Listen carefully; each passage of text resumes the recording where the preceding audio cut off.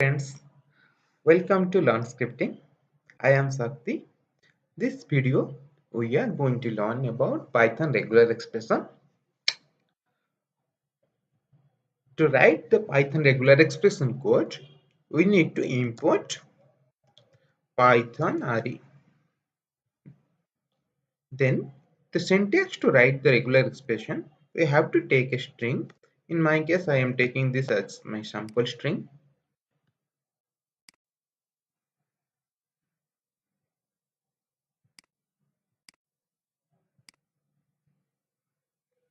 And there are four functions available in regular expression class. We can use any one of them. For example, if I am using the match function only will match the at the beginning of the string. So this is not so much useful in finding all our string or finding the regular expression. So there will be two functions, search all and find. Search and find all. Uh, those two functions will always be helpful for us, that those two functions will scan through the string and looking for any location where are match, and this find all function will give us all the matches along with the locations, and it will say give as a list, whereas find iter is another function. That function will give us the iterative objects or an iterator objects from the string. Okay, friend. So we'll start with match and then search, then find all. We'll go through each and every example. So what is the syntax to write a regular expression in Python? Suppose I want to print uh,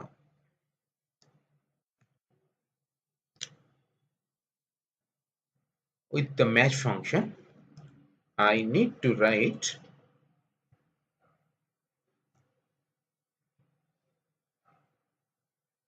re dot match. Then I need to give my regular expression syntax. The regular expression syntax is r small r inside the bracket.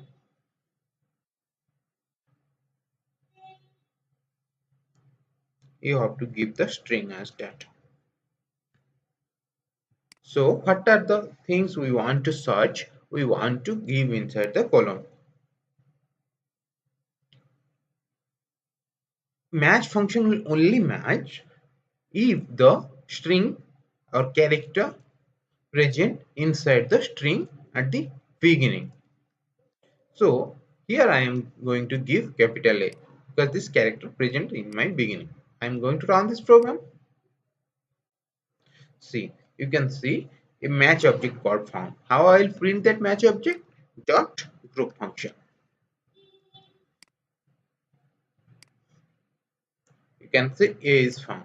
Suppose I will give 120 instead of A.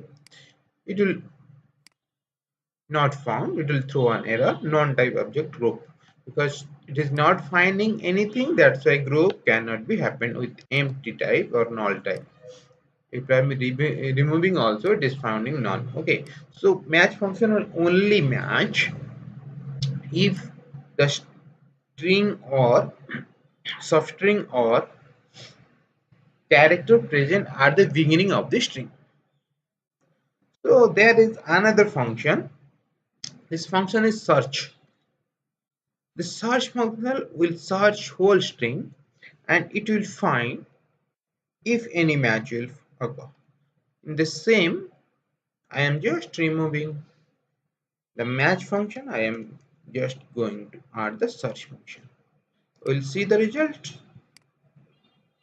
As you can see, the search function found 120 present inside the string. How I'll print? I'll print by giving the dot group command. Dot group function call, it will group our matches. So it's found.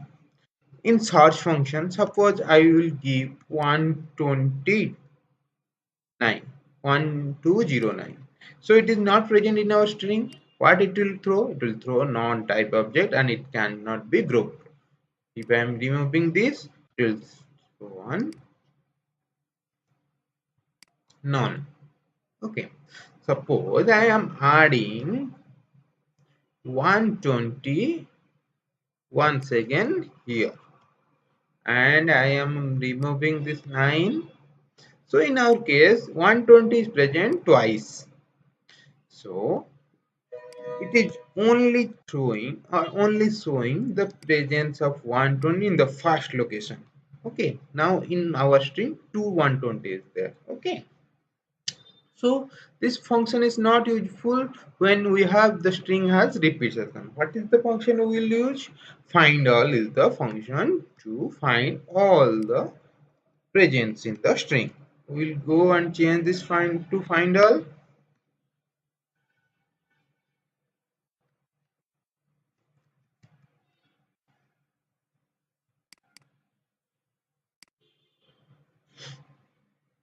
Find all function doesn't require the group because it will give us with a list.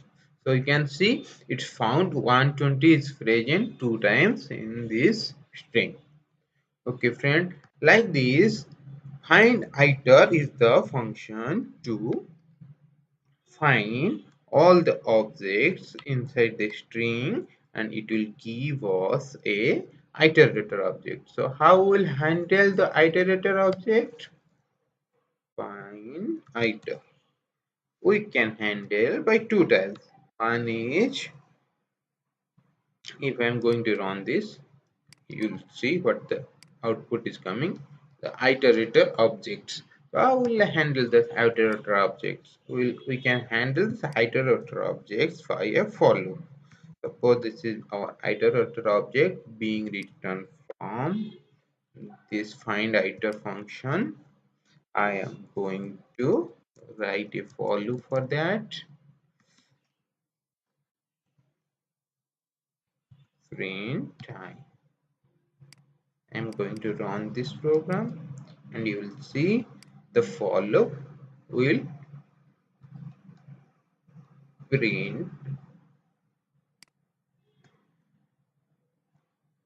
the numbers. See, now in this for loop it has been printed. Okay, otherwise this is one method to print iterator object. Another method is you have to take this iterator object as iter is a function. So here you have to pass this one and you have to print it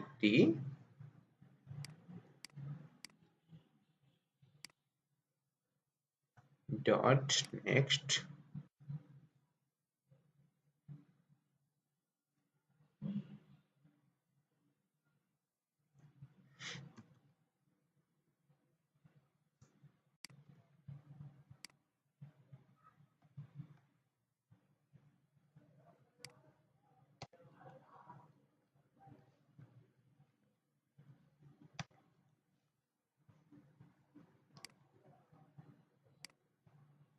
Like this you can also print.